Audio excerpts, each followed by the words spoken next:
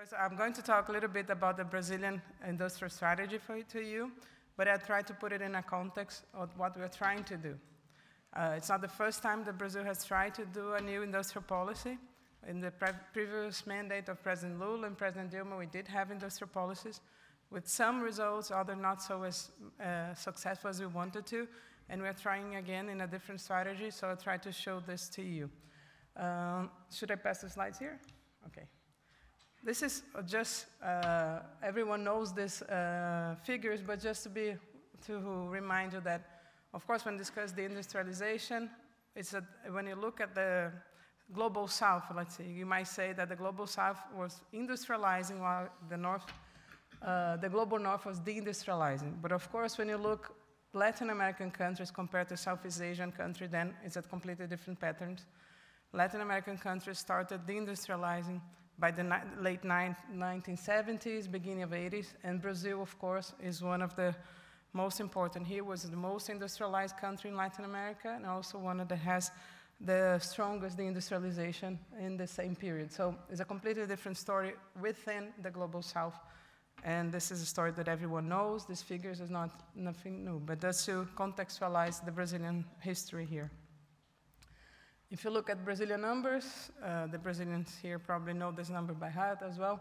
We have the peak of our industrial participation in value added by the late 70s, but we kept until the 80s with the high number. And the beginning of the 80s, Brazil had a very interesting industrial productive sector. Was compared to European ones and was not so behind. But of course, this same productive sector pretty much stayed the same until now. Of course, there was some kind of increase in productivity, some changes, but the sectors were the same, and we lost pretty much the industrial revolution of the 80s and 90s. We can say that. So, and the participation in value added was just shrinking. We were able to keep in the 2000 a little bit of increase, but nothing actually that changes the trajectory. When you look in terms of employment, because of course the industrialization, we have many ways to look at the industrialization, we also had a decrease on employment share in industrial transformation, but then we had a stagnation in terms of that's why people are saying maybe Brazil was not deindustrializing in the beginning of the 2000s and late 90s. But then the tendency after the crisis of 2008, this became more intensive because we know the industrial competition in the world increased as well, and Brazil lost a lot at that period of in this current decade, no, the previous decade we lost a lot. So this is pretty much the figure. Although we had an increase in jobs in Brazil, it's very important, but in terms of industry, it decreased a lot at that period. And of course, we lost complexity in our industry because in some way we stayed behind. If by the end of the 70s, beginning of 80s, we had an industrial product, we had an industry in Brazil which was could be competing with the rest of the world. Since we completely stagnated at that point, we lost a lot of competitiveness, and we lost positions in terms of complexity as well. And as it's a history of Latin American countries, we had a premature deindustrialization. Our GDP, our per capita income was very low when we had the peak of our share in GDP or value added. And since then, we had a decrease in industry participation, and at a very low, it started at a very low level, or when Brazil was still a low-income country or even close to medium-income country. But so compared to developed countries, the process of industrialization was a very premature one, which also has some complexities. The causes, well, I could talk for 2 hours, not 2 hours, 2 days, about the cause of industrialization, but it's true that it has some internal reasons, some domestic reasons. Of course, something that for how Latin America is very important is the debt crisis of the 80s.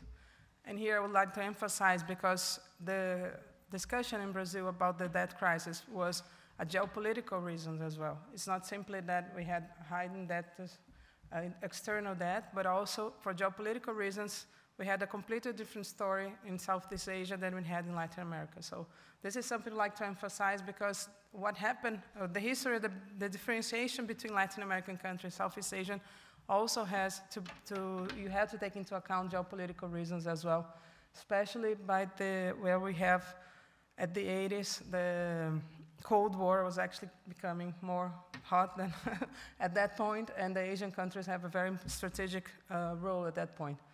But of course, we also had, by the end of the 80s and beginning of the 90s, a rapid liberalization in Brazil, trade liberalization, which had an important impact in our industry and loss of competitiveness, and unfavorable macroeconomic policies, something that we are going to be discussed a lot in this conference, of course, and this is still a challenge for Brazil.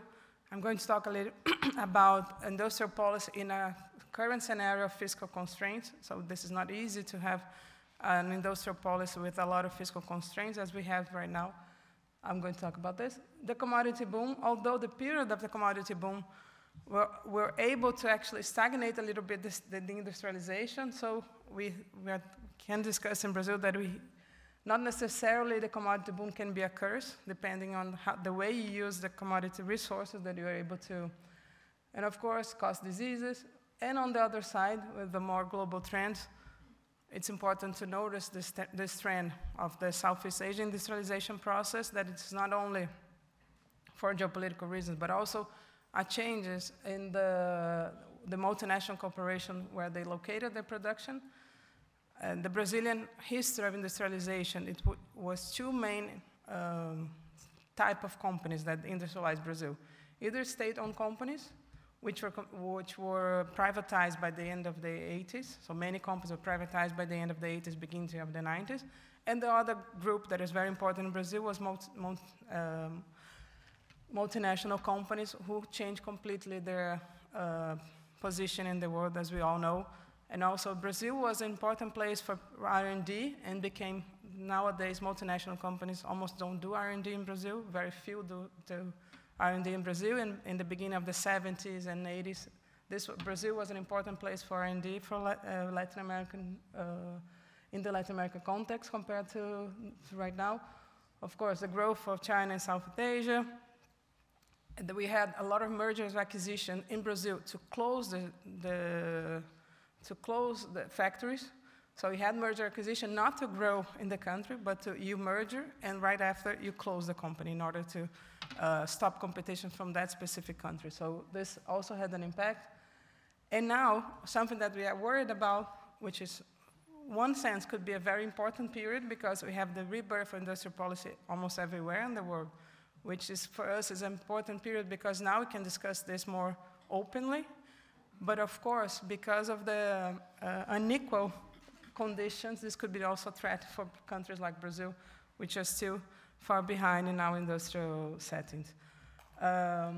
So talking about this rebirth of industrial policy worldwide, we've seen, especially not after the crisis of 2008, but after the crisis, after the 2008 crisis, when everyone went back to some fiscal constraints in every country. We had the second slowdown in the world. And right after this, the industrial policy, they grew back. And after COVID, for sure, every country realized that if you didn't have autonomous capacity of production, this could be a threat for your country. So I think at that point, after the COVID pandemic, most countries went back to very strong industrial policy. And of course, we are discussing before the impacts on labor in the countries and the effect this has on the populations and growing inequality in developed countries as well because of the types of jobs they have caused by the industrialization. All of this became an important scenario to an increase in industrial policies. And when you look at the industrial policies, it's a totally unequal, of course. You have more than 72% of industrial policy measures are taken by developed countries or high-income countries. And when you look at the type of industrial policy, there's only one that emerging countries or developing countries have more initiatives than developed countries, which is import barriers. And why this is so? Well, first, because it's an easier instrument, of course. And in terms of fiscal constraint, it's something that increases your revenues. You don't have to spend money to put import barriers. So if you are allowed, given WTO settlements and all that, you are able to have FDI, of course, but FDI is something that, depending on the FDI, might not be FDI for increasing industry, could be only some kind of also money flow into these countries and not.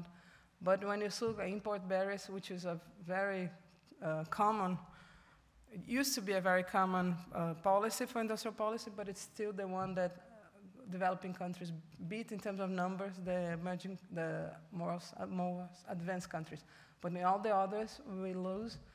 And this is very important because this could be actually increasing inequality within countries, which is something for us that it's we have to take into account. So we are worried about the risk of lagging behind in this new phase of industrialization in the world.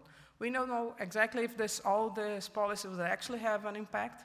We know that there is, of course, competition among European countries and US, between the Asian countries and the US and European countries, but we also have between Global South and the Global North as well. And one thing that is very different, and this is what my ministry is worried about, is state capacities. Our ministry was created by the president. It's the second time that Brazil has a ministry focused on public administration. The first time was in the 90s, where the focus was to lower the state. And now we have a ministry for public administration to actually improve the state. So in the law that created the ministry says that our role is to increase state capacity. So this is something that for us is very important. And when you look at the state capacities between terms of data, planning, coordination, we lag behind, we still lag behind a lot compared to other countries. And for me, we have a very interesting case was during COVID. For Brazil, to have a cash transfer program during COVID was very easy because we had Bolsa Família, which is an important cash transfer program.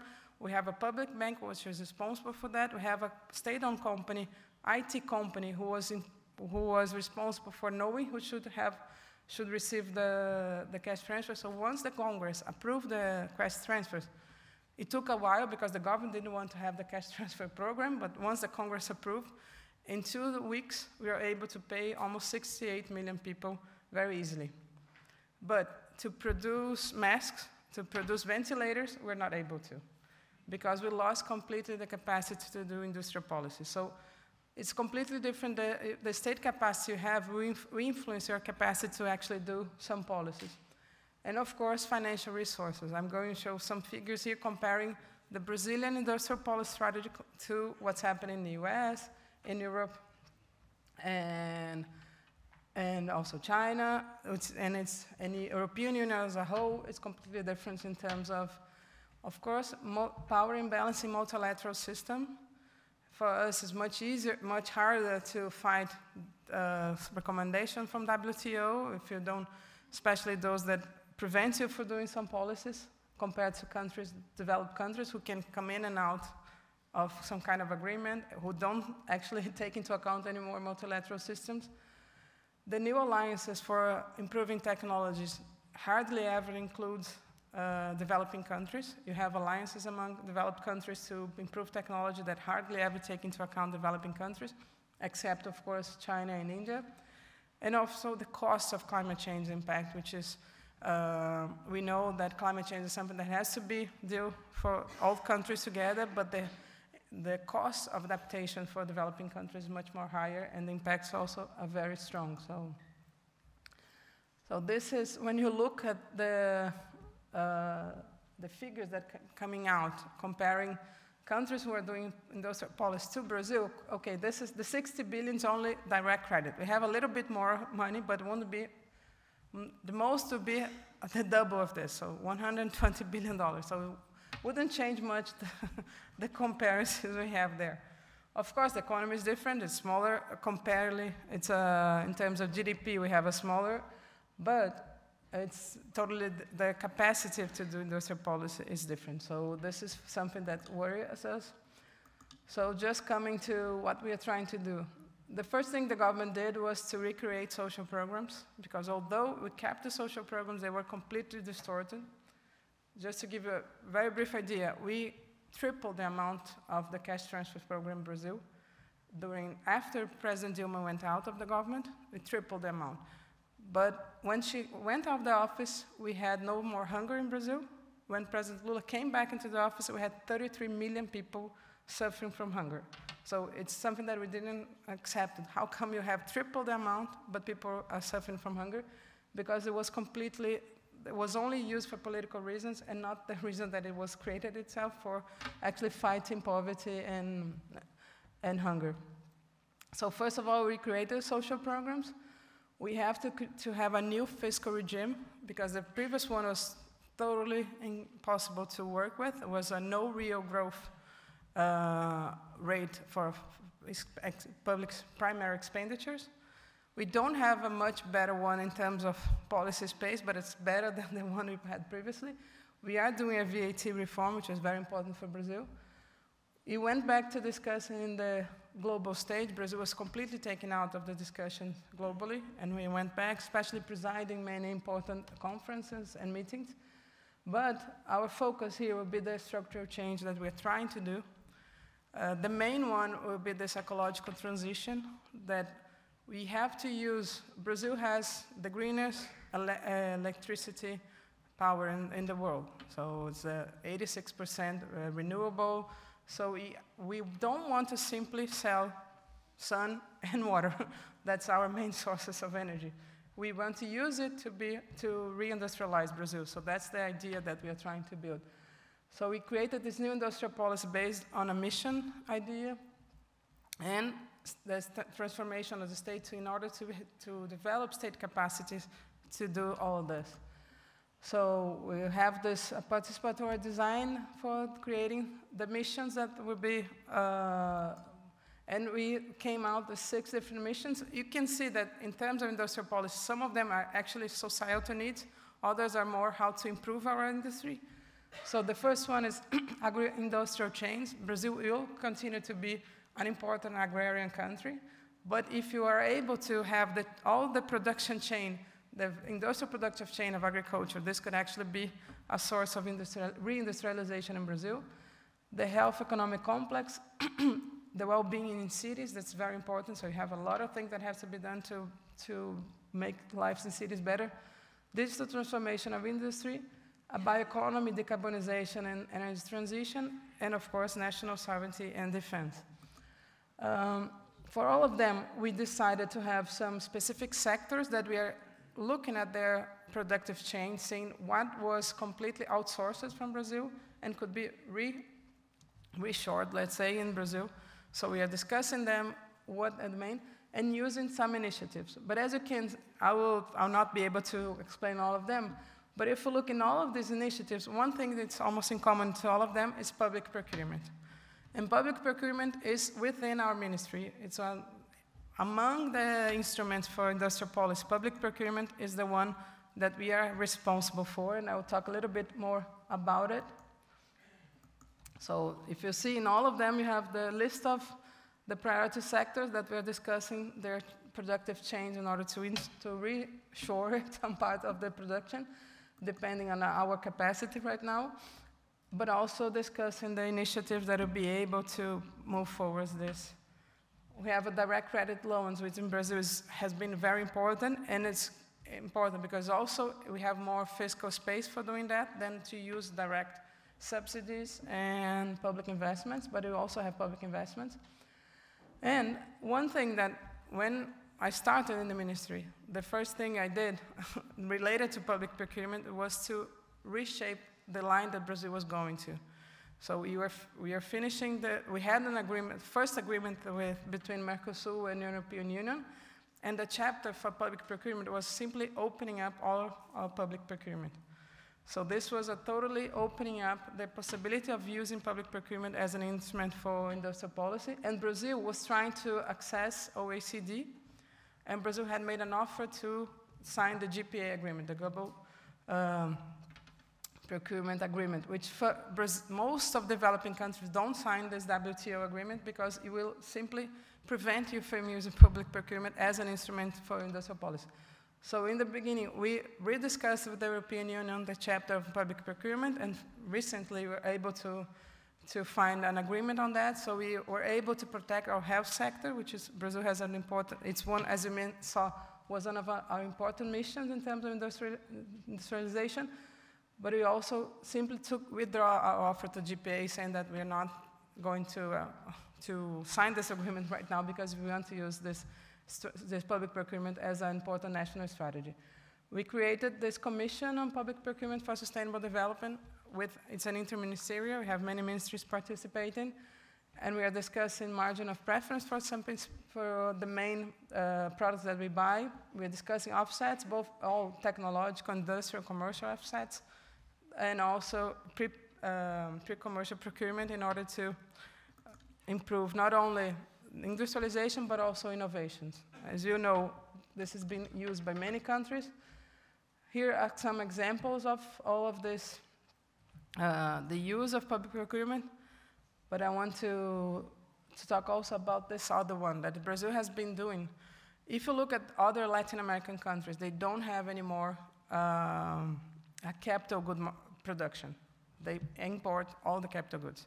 Brazil was only able to keep some capital good in industry because we have a public bank that, in order to offer credit, it has as a compensatory, as it requires the person to buy capital goods from Brazil. But and another one very important in Brazil was the content requirement in oil exploration. But both of this, both from BNDES requirements and for oil production, they were being completely shrunk by the previous government.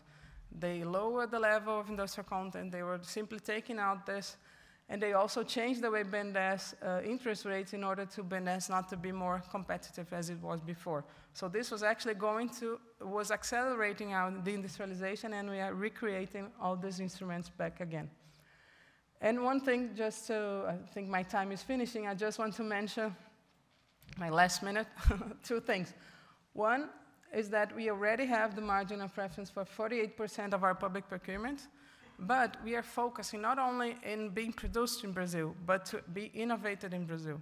So we have an extra margin if the the innovation was done in Brazil, at least part of the innovation is done in Brazil. And for medicine, we have this extra margin if the innovation is produced, and for ICT as well, in order to use, and we are discussing our new instruments, how to do public procurement for innovation in order to gain back not only the capacity to produce, but also to innovate in the country using public procurement. And we have to change that's my final slide, because it's our main, we have many difficulties, as you probably, I tried to explain before, but we have a very strong difficulty within the government. Because for many years, what the public servants were thinking about in terms of procurement was how to buy cheaper. They didn't care if they're going to buy better. They didn't care if they actually improve in the production sector. So we are trying, and this is something very important in terms of state capacity, how you change completely the mindset of people who are doing the policies, that they have to think differently. And this is probably one of our main challenges, is how to make people think differently and how to use that instrument in order to actually induce production capacity and innovation in Brazil. So thank you for and that's it.